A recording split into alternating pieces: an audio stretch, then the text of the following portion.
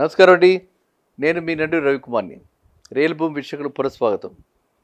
చాలామంది అడుగుతున్నారు, ఇప్పుడు తెలంగాణలో అంటే అందరికీ తెలుసు, తెలంగాణ అనగానే హైదరాబాద్ చుట్టుపక్కల ఏ ఏ ప్లేసెస్ హాట్ జోన్స్, ఎక్కడ హాట్ జోన్స్ అంటే వాళ్ళ ఉద్దేశం ఏంటంటే ఎక్కడెక్కడ మనం ఇన్వెస్ట్ చేస్తే ఫాస్ట్గా అవి రిటర్న్స్ వచ్చేది, రిటర్న్ ఆన్ ఇన్వెస్ట్మెంట్ ఫాస్ట్గా ఉండేది, ప్లస్ అక్కడ అభివృద్ధి ఏదైనా కార్యక్రమాలు చేపడుతున్నారా, ఆ ఏరియాకి సిగ్నిఫికెన్స్ ఏమిటి అని చెప్పి అడగటం జరుగుతుంది. సో గతంలో మనం చెప్పుకోవడం జరిగింది, నిమ్స్ దగ్గర, జహీరాబాద్ నిమ్స్ దగ్గర అది సెంట్రల్ గవర్నమెంట్ బడ్జెట్లో ఇంక్లూడ్ చేశారు కాబట్టి అక్కడ డెఫినెట్గా రేట్లు పెరుగుతాయని చెప్పుకోవడం జరిగింది.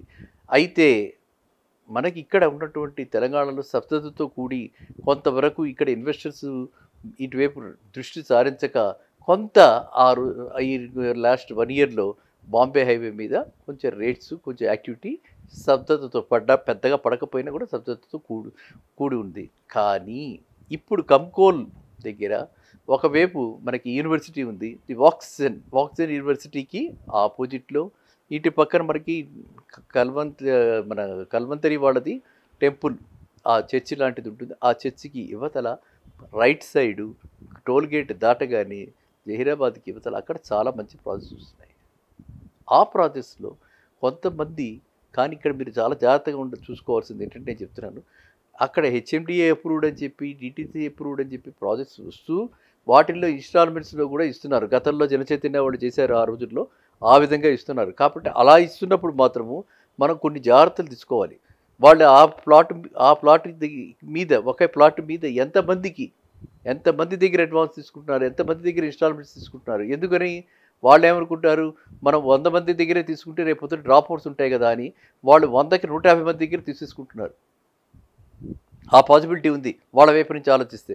కానీ మనం ఇన్వెస్టర్స్గా ఇలా ఇన్స్టాల్మెంట్స్లో మాత్రము first thing, I'm against this, don't buy in installments. మీరు కొనుక్కోగలిగింది కొనుక్కోండి. కొనుక్కోలేకపోతే మీరు ఏం చేస్తారంటే, ఈ ప్రాసెస్ అన్నిటికీ కూడా బ్యాంక్ అప్రూవల్, బ్యాంక్ లోన్లు ఇస్తున్నాయి. ప్రతి బ్యాంకు కూడా ఇలాంటి హెచ్ఎండిఏ అప్రూవ్డ్, రెరా అప్రూవ్డ్ ప్రాజెక్ట్స్కి బ్యాంకులు లోన్లు ఇస్తున్నాయి.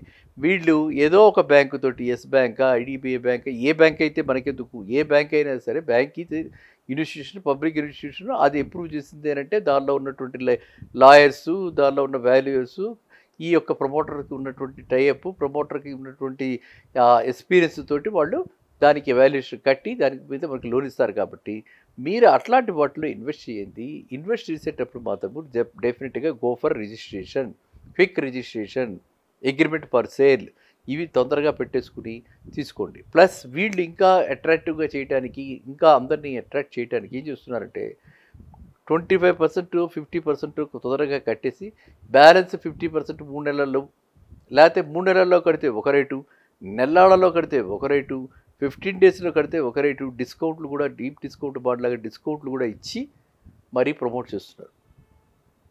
అర్థమైందండి. కాబట్టి మీరు అట్లాంటివి కన్సిడర్ చేయండి.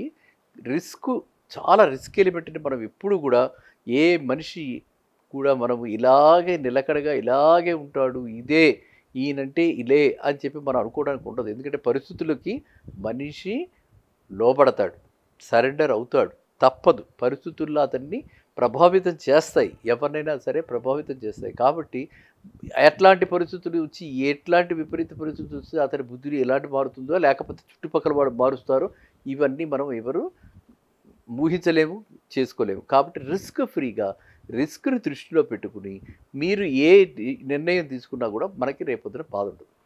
మనం పెట్టే పెట్టుబడికి ఫస్ట్ భద్రత చూసుకోండి.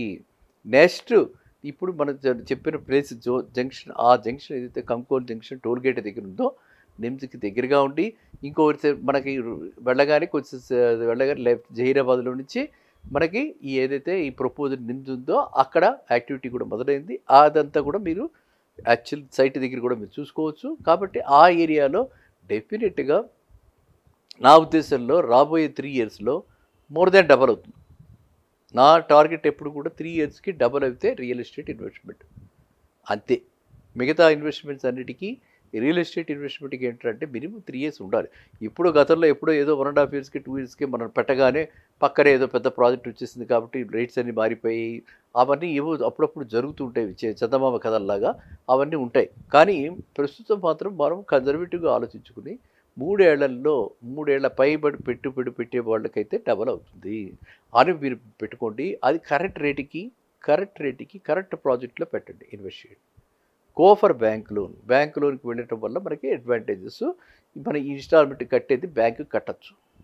ఈ ఇన్స్టాల్మెంట్ ఏదైతే కడుతున్నామో అది బ్యాంకు కట్టచ్చు. ఎవరైనా సరే ఇన్స్టాల్మెంట్లో ఇస్తున్నారు అంటే ఖచ్చితంగా వాళ్ళు ఏం చెప్పినా సరే ఎవ్వరు మన మీద ఎవరు ప్రేమతో ఎవరు ఏది వ్యాపారం అన్నాక వాళ్ళు దాని మీద వడ్డీ వేస్తారు. బ్యాంకు 8% 9% వేస్తే వాళ్ళు మినిమం దానికి డబల్ 18% ఇంట్రెస్ట్ క్యాలిక్యులేట్ చేస్తారు.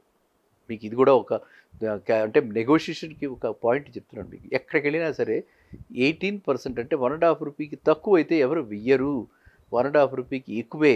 రియల్ ఎస్టేట్లో ఈవెన్ నాకు తెలిసి కొంతమంది 36% వేసిన వాళ్ళు కూడా ఉన్నారు ఇన్స్టాల్మెంట్స్లో కట్టుకున్నట్టు. అర్థమైందా?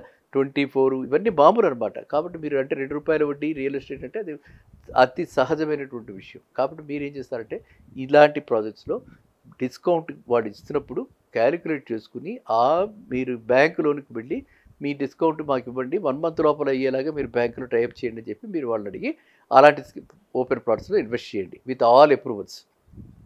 సిమిలర్లీ నాకు ఈ మధ్య షాద్ నగర్ వైపు నుంచి, సాగర్ హైవే దగ్గర నుంచి, అటువైపు నుంచి ఓపెన్ ప్లాట్స్ వేస్తున్నటువంటి బిల్డర్స్ వెంచర్ క్లోజ్ అయిపోయిన వాళ్ళు కూడా ఫోన్ చేసి, సార్ మాకు హెచ్ఎండిఏ రిలీజ్ అయినాయి, డిటీసీపీ దగ్గర మనం మాటకి ఇదైపోయి ఓసీ వచ్చిన ఉన్నాయి, ఈ ప్లాట్లకి ఎవరు రావట్లేదు, కాస్త చెప్పండి అని చెప్పడం జరిగింది. కాబట్టి వాటి గురించి కూడా చెప్తున్నాను. అవి కూడా మంచివే. వాటికి కూడా చాలా వాళ్ళు అంటే చాలా రీజనబుల్ సరసమైన ధరలకు ఇచ్చి వాళ్ళు అన్లాక్ చేసేసి, అంటే ఏంటంటే వాళ్ళకు ఉన్నటువంటి ఆ 50 ప్లాట్లు, వాళ్ళకు ఉన్నటువంటి ఆ 75 100 ప్లాట్లు అది అమ్మేసేసుకుని వాళ్ళు ఆ వెంచర్ నుంచి బయటికి వెళ్ళిపోదామని చూస్తున్నాం అన్నమాట. ఆ వెంచర్లో ఏంటంటే అన్ని డెవలప్మెంట్స్ అయిపోయినాయి, ఆల్రెడీ ఫైనల్ అప్రూవల్స్ అన్నీ వచ్చేసాయి.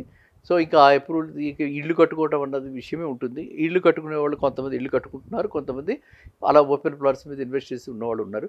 కానీ ఇవన్నీ కూడా చాలా చక్కగా గేటెడ్గా ఉన్నాయి కాబట్టి అలా రీజనబుల్ సాగర్ హైవే మీద అరౌండ్ 10,000 రూపీస్కే 3 టీటీసీపీ ఇవన్నీ విత్ ఆల్ అన్ని హంగులతోటి 10,000 రూపీస్కే ఉన్నటువంటి ప్రాజెక్ట్స్ ఉన్నాయి.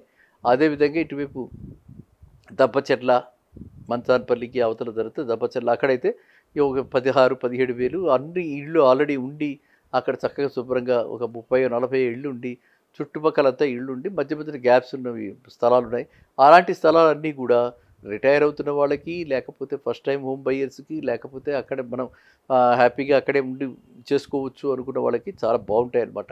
అందువల్ల మీరు అవన్నీ కూడా పరిగణలోకి తీసుకుని అఫోర్డబుల్ హౌసెస్ హ్యాపీగా ఉండడానికి 1 crore లోపల ప్లాన్ చేసుకుంటే ఇండిపెండెంట్ హౌస్ కూడా ఈ ఏరియాస్లో కట్టుకోవచ్చు. నేను చెప్పిన ఏరియాస్లో 1 crore కట్టుకోవచ్చు. ఎవరికైనా ఎటువంటి సందేహాలు ఉన్నా నన్ను కాంటాక్ట్ చేయండి. నా నెంబర్ మీ ఎంత దగ్గర ఉందో అయినా కూడా 9515127639. మళ్ళీ రిపీట్ చేస్తున్నాను, 9515127639.